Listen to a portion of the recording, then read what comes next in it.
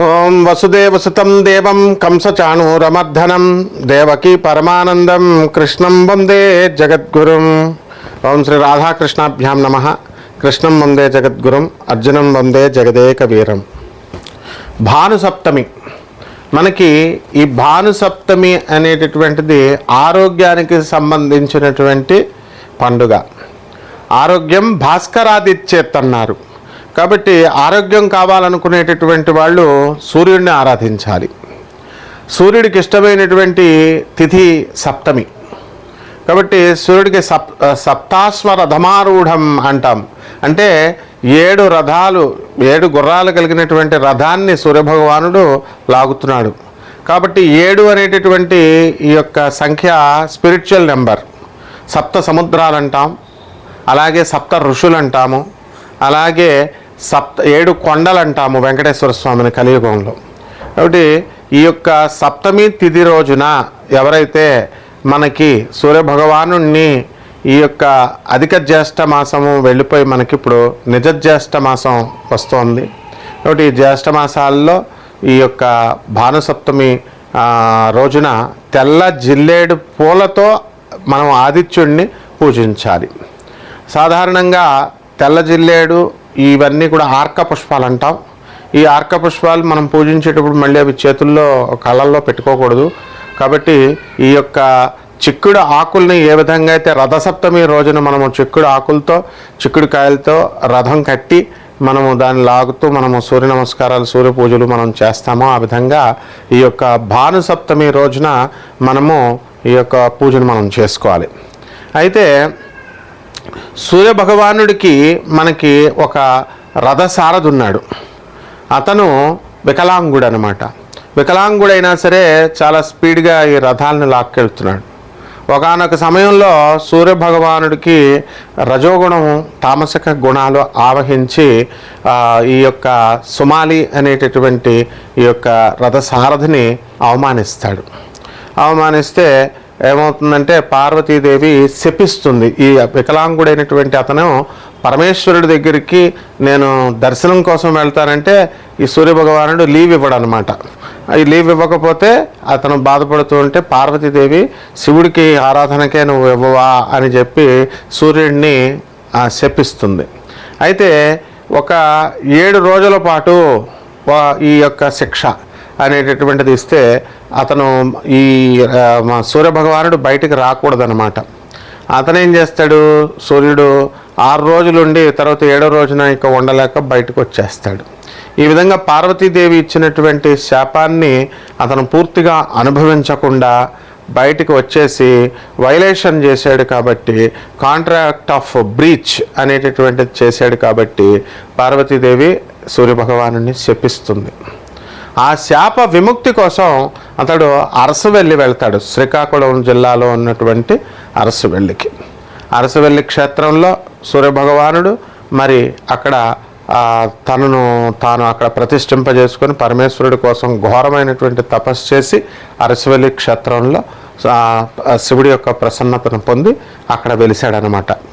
అందువలన ఎవరైతే ఆరోగ్యం కావాలనుకునేటటువంటి వాళ్ళంతా కూడా ఆ శ్రీకాకుళం జిల్లాలో ఉన్నటువంటి అరసవెల్లి క్షేత్రానికి వెళ్ళొచ్చు. వెళ్ళి అలాగే భువనేశ్వర్ దగ్గర ఉన్నటువంటి కోణార్క అనేటటువంటి ఊరిలో మనకి సూర్య భగవానుడి దేవాలయం ఉంటుంది. ఆ సూర్య దేవాలయము సూర్య విగ్రహ ప్రతిష్ట ఎలా ఉంటుందంటే ఆ సూర్యుడు క్రింద మట్టం ఉండదు అనమాట, పాలమట్టం ఉండదు, పైన వేలాడుతూ ఉంటుంది ఇలాగ విగ్రహం. కానీ క్రింద ఏముండదు, బేస్ ఏముండదు, కానీ ఆ విగ్రహం అలా ఉంటుంది.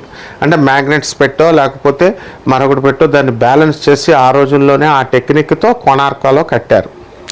కాబట్టి సూర్యుడికి ఇష్టమైనటువంటి పుష్పాలు ఆరెంజ్ కలర్లో ఉన్నటువంటి పుష్పాలు అవి దొరకని పక్షంలో పసుపు రంగు పుష్పాలతో మనం పూజ చేయాలి సూర్యభగవానుడికి. అలాగే ఆదివారం నాడు మనము సూర్యభగవానుడికి ఏ విధంగా అయితే చేస్తామో ఆ భానుసప్తమి రోజున మనము ఉదయమే తెల్లవారుజామున నిద్రలేచి సూర్యుడి కంటే ముందు ఆ తర్వాత తలంటు స్నానం చేసి సూర్యుడికి సంధ్యా ఛాయా సమేత శ్రీ సూర్యనారాయణ స్వామినే నమః అని ఒక కలశం పెట్టుకొని ఆ కలశానికి చక్కగా దానిపైన ఒక గుడ్డ వేసి నవగ్రహాల్ని తర్వాత పంచలోక పాలకుల్ని వీళ్ళందరినీ కూడా మధ్యలో మనం సూర్యనారాయణమూర్తిని, ఛాయాదేవి, సంధ్యాదేవిని ఆవాహనం చేసి సూర్యభగవానుడికి ఆదిత్య హృదయాలతో, సూర్య అష్టోత్తరాలతో ఈ విధంగా మనము చదవాల్సినటువంటి అవసరం ఉంది.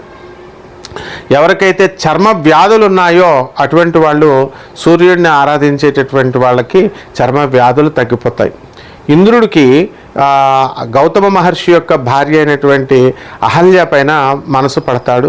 మనసు పడి ఆ గౌతమ మహర్షి స్నానానికి రోజు నదీ స్నానానికి చేసి వచ్చే అలవాటు ఉంది. అందువలన ఒక కోడిలాగా తెల్లవారుజామున సూర్యుడు ఉదయించక ముందే తెల్లవారుజామున మొదటి జాములో ఏం చేస్తాడంటే కోడిలాగా కోస్తాడు. గౌతమ మహర్షి సూర్యోదయం అయిపోతుంది అనుకొని పాప ఆయన నదికి స్నానానికి వెళ్తాడు. అప్పుడు ఈ ఇంద్రుడు ఏం చేస్తాడంటే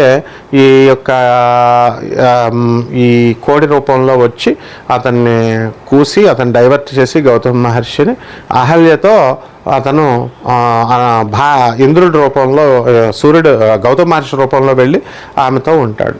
ఉండి అది ఈ లోపల నదీ స్నానానికి వెళ్ళినటువంటి గౌతమ మహర్షికి ఇక్కడ ఎవరు లేరు, ఇంకా సూర్య నమస్కారాలు అవ్వలేదు, సూర్యుడు రాలేదు కాబట్టి ఏదో మోసం జరిగిందని ఇంటికి వస్తాడు. ఇంటికి వచ్చి అహల్యని ఈ యొక్క ఇంద్రుడిని చూస్తాడు. చూసిన తర్వాత శపిస్తాడు.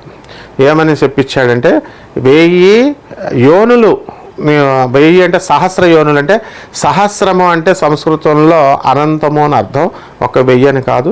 ఏ యోనుల కోసం నువ్వైతే వచ్చావో నీ ఒళ్ళంతా జుగుప్సాకరంగా, అతి జుగుప్సాకరంగా యోనులు కనబడుగాక అని చెప్పిస్తే అప్పుడు ఇంద్రుడు, అయ్యా నేను ఈ దేవతలకు రాజుని, నేను అందరూ కూడా నన్ను అవమానిస్తారు, అందువల్ల చిన్నతనంగా ఉంటుందని గౌతమ మహర్షి మీద కాళ్ళ మీద పడతాడు. గౌతమ మహర్షి కరుణామయుడు, దయామయుడు ఋషులు ఎప్పుడు కూడా. అందువలన అయితే నీకే కనబడుతుంది, నువ్వు చేసిన తప్పు ఎప్పటికీ గుర్తుండేలాగా, బయట వాళ్ళకి కనబడదని. అందువలన కవులంతా కూడా ఏం రాశారంటే దాన్ని సహస్ర నయనాలు అని దాన్ని రాశారన్నమాట.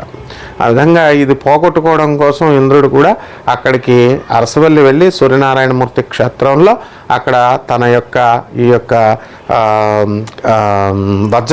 వజ్రాయుధంతో అక్కడ కొట్టి గంగను సృష్టించి అక్కడ ఇప్పటికీ ఆ సరస్సు ఉంటుంది. అందులో స్నానం చేసి సూర్యభగవానుడిని నమస్కారం చేసుకుంటాడు.